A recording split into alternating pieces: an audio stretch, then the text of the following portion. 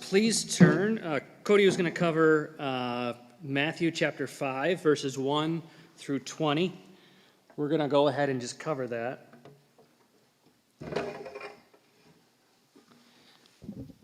And get this down to my level. I'm not as tall as Cody, which is okay. Okay, let's start reading. Matthew chapter 5. Paint the picture for you. So Jesus has quite the multitude of people with him, and it's typically called the Sermon on the Mount, okay? And it is, but there's room for enough people. So we're not on a mountain it's a high incline. There's a spot for people to sit down and listen. And he says, "Now Jesus saw the crowds, and he went up on the mountain, and after he sat down, his disciples came to him." So one important point here is I always had envisioned the Sermon on the Mount to be similar to a Sunday morning, where you have the preacher, he's standing up, and he has a microphone, and you have all the people sitting. But it's not really the case. It's more like I wasn't around at this time, but Roosevelt and his fireside chats. It's more of an intimate conversation because Jesus is sitting. He's not standing, it says in verse 1, if you notice that. So he's sitting down. He seems to be elevated. He says he goes up on the mount. So he's sitting down, and it's a little bit more of an intimate conversation. And he opened his mouth and began to teach them, saying, "Blessed are the poor in spirit, for theirs is the kingdom of heaven. Blessed are those who mourn, for they shall be comforted. Blessed are the lowly, for they shall inherit the earth. Blessed are those who hunger and thirst after righteousness, for they shall be satisfied. Blessed are the merciful, for they shall receive mercy. Blessed are the pure in heart, for they shall see God. Blessed are the peacemakers, for they shall be called sons of God. Blessed are those who have been persecuted for the sake of righteousness, for theirs is the kingdom of heaven."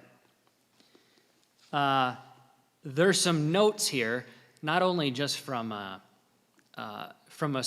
speaker's point of view. If anybody's ever put together a speech, there's some, Jesus used repetitive words here.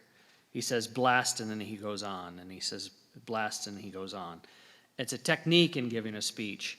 A lot of the ancient Roman Quintilian had a book on how to give speeches. It's a really thick book, and there's a lot of really popular ancient orators that would use this type of technique, and it's a repetitive technique. And being the God and Father of all, he also knows how to give a pretty good speech. So the Sermon on the Mount is considered one of the best speeches, whether secular or non-secular, that there ever was written. So he mentions a few things. So who is the audience of the Sermon on the Mount? Who's in there? Just you said Jews and Gentiles. There may be some Gentiles in there, especially maybe some proselytes, but maybe a lot of Jews. I think a lot of Jews at this particular time. I mean, are they all the scribes and Pharisees and the people that make 6-digit salaries and all the wealthy? Or is it probably a mix? I think it's probably a mix. You got some really poor people in this group, and then you have some really probably wealthy. Because remember, the Pharisees and the Sadducees always kind of, whether they were hiding disciples, like Joseph of Arimathea and Nicodemus, you probably had some of those in there. You probably had some Jews that were just trying to catch him at saying something that he wasn't supposed to. And then you had people genuinely following him. You had a whole mixture of folks. Verse 6, "Blessed are those who hunger and thirst after righteousness, for they shall be satisfied. I almost translate this in my own mind as just somebody that just wants to do right all the time. They just always want to do the right thing, which is most of us, right? I mean, we always want to do the right thing, but the spirit is willing and the flesh is weak, right? That's what Jesus said. But he says, blessed are those that are merciful, for they shall receive mercy, the pure in heart, the peacemakers, and the persecuted for righteousness' sakes, for they shall see, for theirs is the kingdom of heaven. So it's just a more of a manner of life, a manner of being in the spirit of your personality or your attitude towards just doing your day-to-day things. Verse 11, blessed are you when people insult you and persecute you and falsely say all kinds of evil against you because of me. Has anybody ever had that happen to them? Anybody want to share an experience? It's not a boastful time, of course, but is there ever a time where somebody insulted you because you were a Christian? Yeah. My family are not Christians, and my oldest sister and niece, she said they were joking around, oh, Christ Church, the Church of Christ, Christ Church, and they not understanding that it really is, they don't understand, but, they were joking around about it, and it's nothing to joke around about, Yeah, yeah.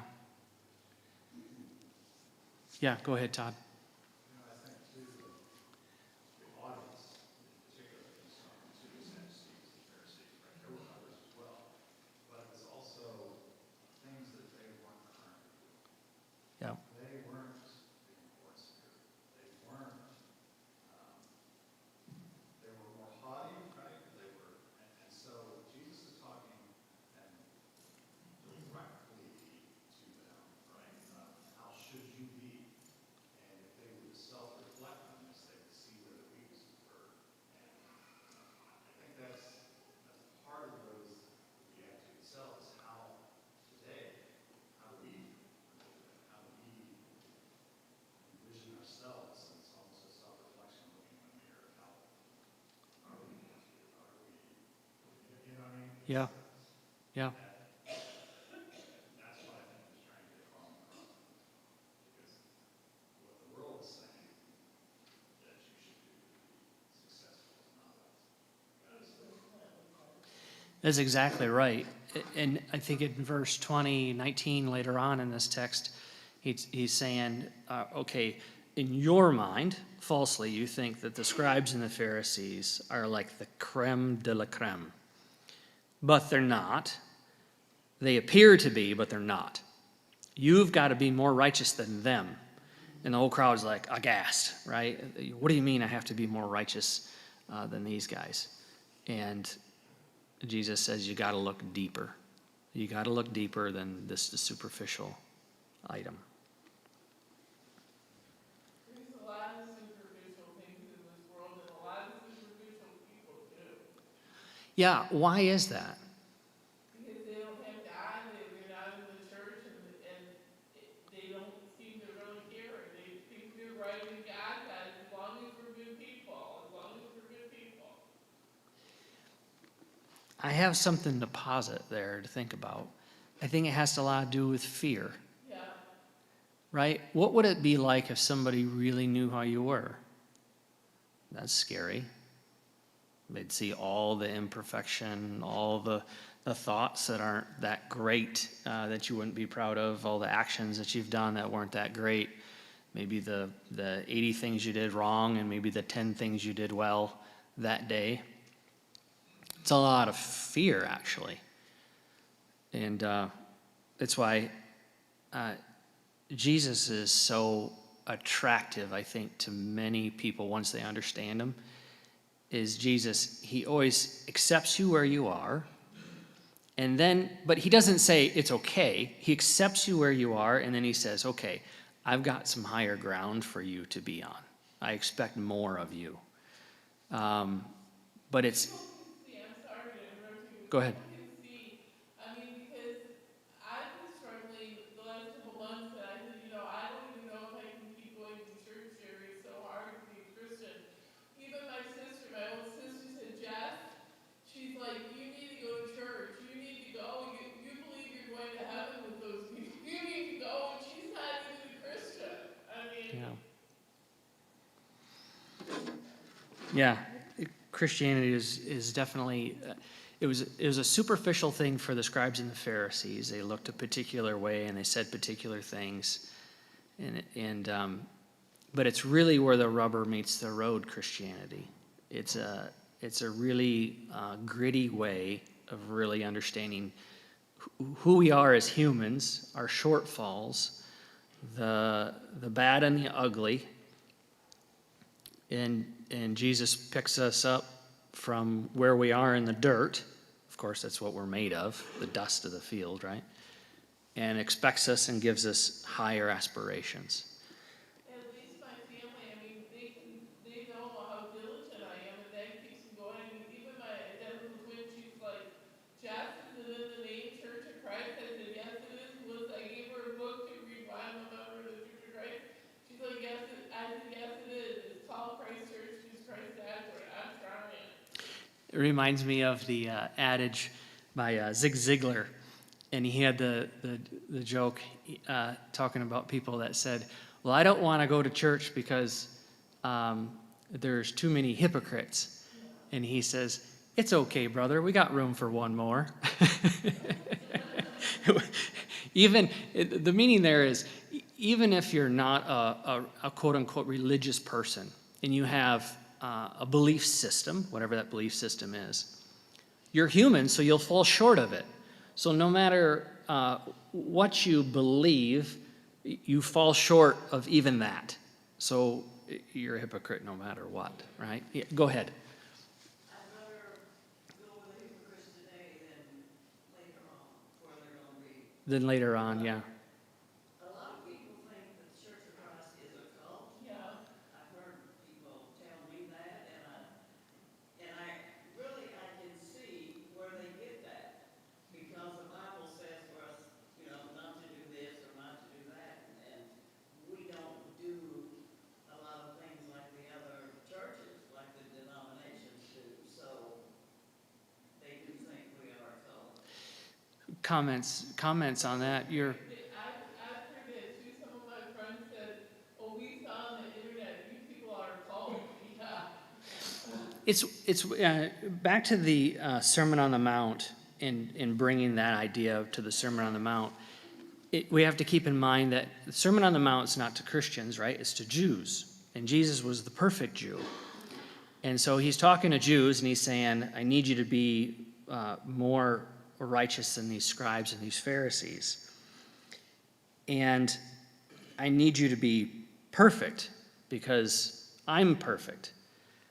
And you think of that and you're like, okay, well, it's good. It's easy for you to say Jesus because you're the Son of God, right? And he would look right back at you and say, well, you are too. Are you not a son of Adam? Was Adam not the son of God? Like, I have really high expectations for you. Don't cut yourself short. You got big things to achieve. Verse 13, he says, you are the salt of the earth, but if the salt has become tasteless, how will it be made salty again? It is no longer good for anything except to be thrown out to be trampled underfoot by men. You are the light of the world. A city set on a hill cannot be hidden, nor does anyone light a lamp and put it under a basket, but on the lampstand, and it gives light to all who are in the house. Let your light shine before men in such a way that they shall see your good works and glorify your Father who is in heaven. Do not think that I came to abolish the law or the prophets. I did not come to abolish, but to fulfill. For truly I say to you, until heaven and earth pass away, not the smallest letter or stroke shall pass from the law until it is accomplished. Whoever then annuls one of the least of these commandments and teaches others to do the same shall be called least in the kingdom of heaven. But whoever does and teaches them, he shall be called great in the kingdom of heaven. For I say to you that unless your righteousness surpasses that of the scribes and the Pharisees, you will not enter the kingdom of heaven. Back to your comment about certain folks thinking the Church of Christ is a cult. I think it's, if you step back and look at it, I think it's hyperbole. It's like, what do you mean by a cult? I don't really understand what you mean by that. I'm speaking rhetorically. But when I first met Kate, it was interesting because I grew up not really going to church. My grandparents went to a Christian Reformed church, like all good Dutchmen do. But there was a difference in when I went and visited. There was a group of people that really held up the word and really gave it authority. They said, okay, well, if we're going to do this, we're going to do this all the way because there's no playing around with God's word. So let's just be serious about this. And if we're going to call ourselves Christians, we might as well do this, right? There's no sense in doing this halfway. That's what I noticed about people that were in the Church of Christ. They had a very high respect for the Word of God. They read it a lot. They memorized it. They put it in their minds. And they said, you know what, we're not perfect people. But we're going to do this with all of our heart because, I don't know, there's no other way. I don't know of another. That's the manly way to do things, isn't it? If you're going to do something, you might as well do it. And that's what the Bible says too, pretty much. So. Yeah.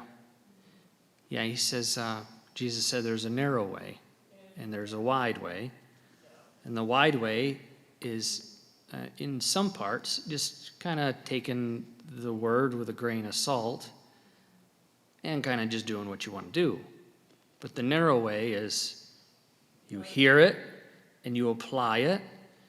In Mark, I was reading last night, Jesus says, why do you call me Lord, Lord, and not do what I tell you to do? I felt like I was talking to Imre or Titus or Callie, when I read that from the perspective of Jesus. He says, why do you call me Father and not do what I tell you to do? And I imagine he gets just as frustrated with us as I do with my kids from time to time. Yeah. I think too, as we just read, salt loses its saltiness. Yeah. Throw it away, it's no longer any good. That's exactly what the Pharisees and scribes had been doing, right? They were no longer searching for righteousness. They were not humble in spirit. They were taking their own direction and trying to do what they wanted. Unless you are better than who they are, you have no hope of that, right? However, if you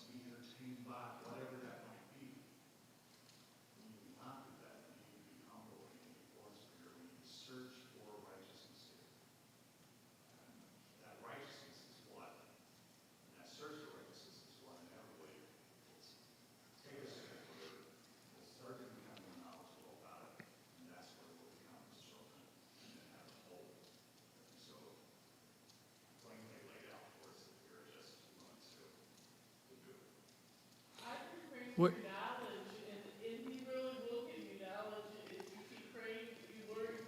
I learned a lot. I stopped praying for it for a little bit, and once I started again, I just gotta keep praying. He gives you the knowledge you need. He really does. On that saltiness part, when you said that if the salt loses saltiness, it's no longer good for anything, and Jesus says, well, we'll just throw it in the dirt.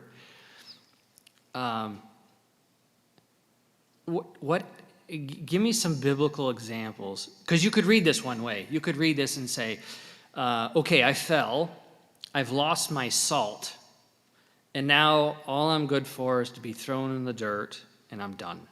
That's one way you could read this.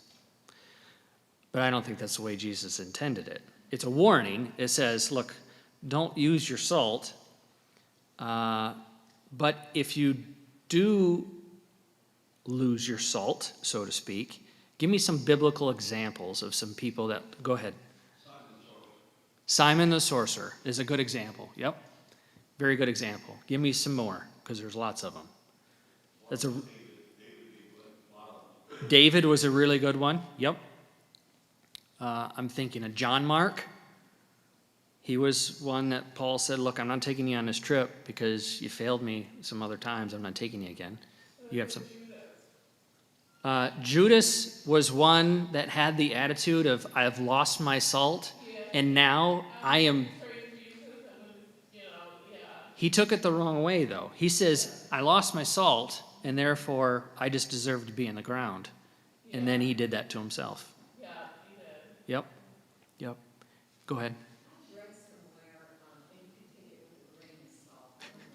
We're confusing those terms, aren't we, today? Yeah. But I read somewhere where they went to the Dead Sea and they got salt from the Dead Sea to start fires because it had magnesium in it. Magnesium and sulfur content is really high there too. To start fire. Yep. And so if it lost that, it was good for nothing, Yep. but to be thrown out. So our job is to turn up the heat in the world and go out and preach the gospel. And try to get as many as you can. I think in the first century, salt could be used to preserve things. We do that today. And so if you lose that purpose, it's worthless, it's useless. Yeah, it is. And if you throw salt, like from a practical standpoint, I have recently learned a lot about Roundup.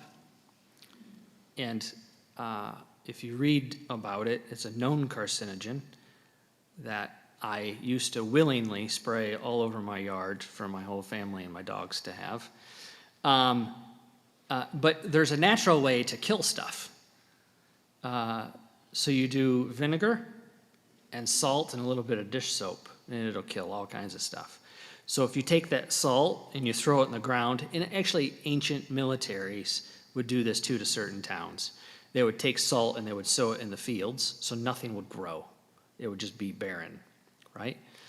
So there's two sides of saltiness we're talking about. We're talking about the good, the preservation side that salt was used for, and just the added taste.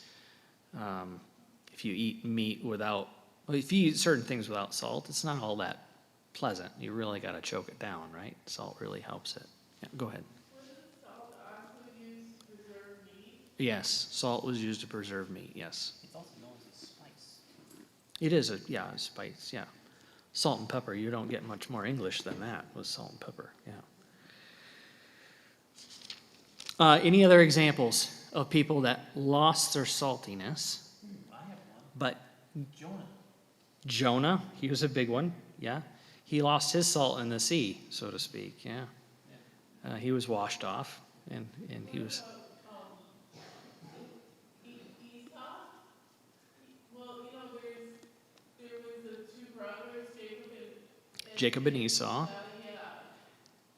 He wanted the birthright, you know, but he was hungry and that was more important to him than God. Jacob is one.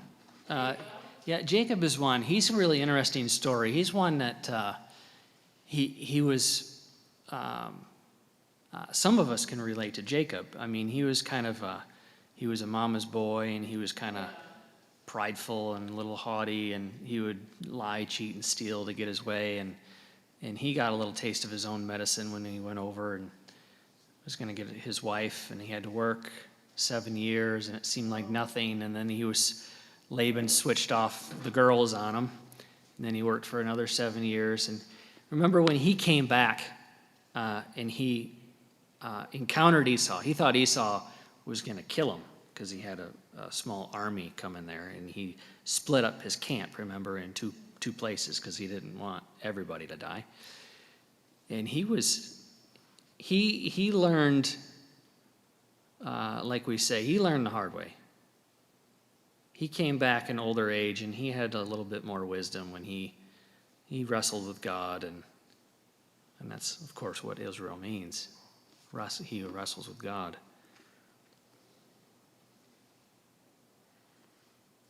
Any other folks that seemingly lost their... Yeah, go ahead. Well, Aaron and really all the Israelites who died in the wilderness and wasn't able to go into the promised land, they lost their souls. They did. I wonder how many... when Moses was told, hey, you're not going across, and Aaron, right, he wasn't able to go, and the whole... I wonder what the sentiment was of... I'm sure it was a mix. I'm sure it was some Israelites were just rebellious to the very end, and some were sad and learned their lessons later on in life, right? Yeah, go ahead. What we know is there were, when they went into the wilderness, there were over 600,000 souls with men. And we know that only those who were 21 and younger come out of the wilderness. So there were a whole bunch of funerals in those 40 years. Yes, there was. Yes, there was. Sorry, there's a comment over here. Aaron. Especially in Exodus 19, when the golden calf comes around and he doesn't want to destroy it, and then Moses comes back. Like, what are you guys doing? And then Aaron kind of repeats himself like, become more of a faithful priest of God. I always wanted things to be different. What I mean is, I always wanted to be born like 90 years old with the wisdom of like a 90-year-old person. And then you grow into your maturity, and you get your youthfulness and all your strength, and you age backwards. What was the movie? What was that movie? Sorry? Benjamin Button. Yeah. So you age backwards. But instead, you start out, right, when we seem so foolish, you start out maybe, if you're lucky enough, you start out in a Christian home, right? And you're taught this book from the age of 0 onward, and you have all the advantages. Even the Jews, you think about this. The Jews, they were told to teach this to their kids, and when they're walking about, when they're going out to the market, when they're coming in, when they're going out, they're taught this, and they're taught this, and they're taught this. And you don't really listen. My dad always said I knew everything when I was 16, and I really only asked him for advice when I turned about 24 or 25. And you really only listen until you get a little older. It's really a shame, isn't it? It's really a shame. Yeah. Yeah, go ahead. Verse 13 through 19, right? He's talking about selflessness. He's talking about what they went through, what the Pharisees and Sadducees went through. He said, don't let that disrupt you from what should have been there for me. In fact, you need to shine your light amongst everyone else. Right? Don't hide it. Don't hide what God has told you to do and how you're representing Him and what you're doing to show others about Him. You need to let that line shine. Don't let anybody else. And he said, and I haven't come to abolish that law. I've come to fulfill it. So that once that is fulfilled, you too can stand strong in what you're doing is right. And that whole completeness of that is contrasting what they were doing. They were doing the opposite, right? They weren't being meek. They weren't being humble. They were being, whatever you want to use the adjective. But don't be like them. Be like what I want you to be, and you will have that promise. It's a really good point. And Jesus even said in another place, he says, the scribes and Sadducees, I want you to do what they tell you to do, because they're telling you correctly, but don't do what they do, because they're doing it wrong. So it's, yeah, good point. Good point. I hear activity at the outside. I don't know the time. It is, it's 10:46. Okay, we're going to go ahead and stop here. Thanks for your attention.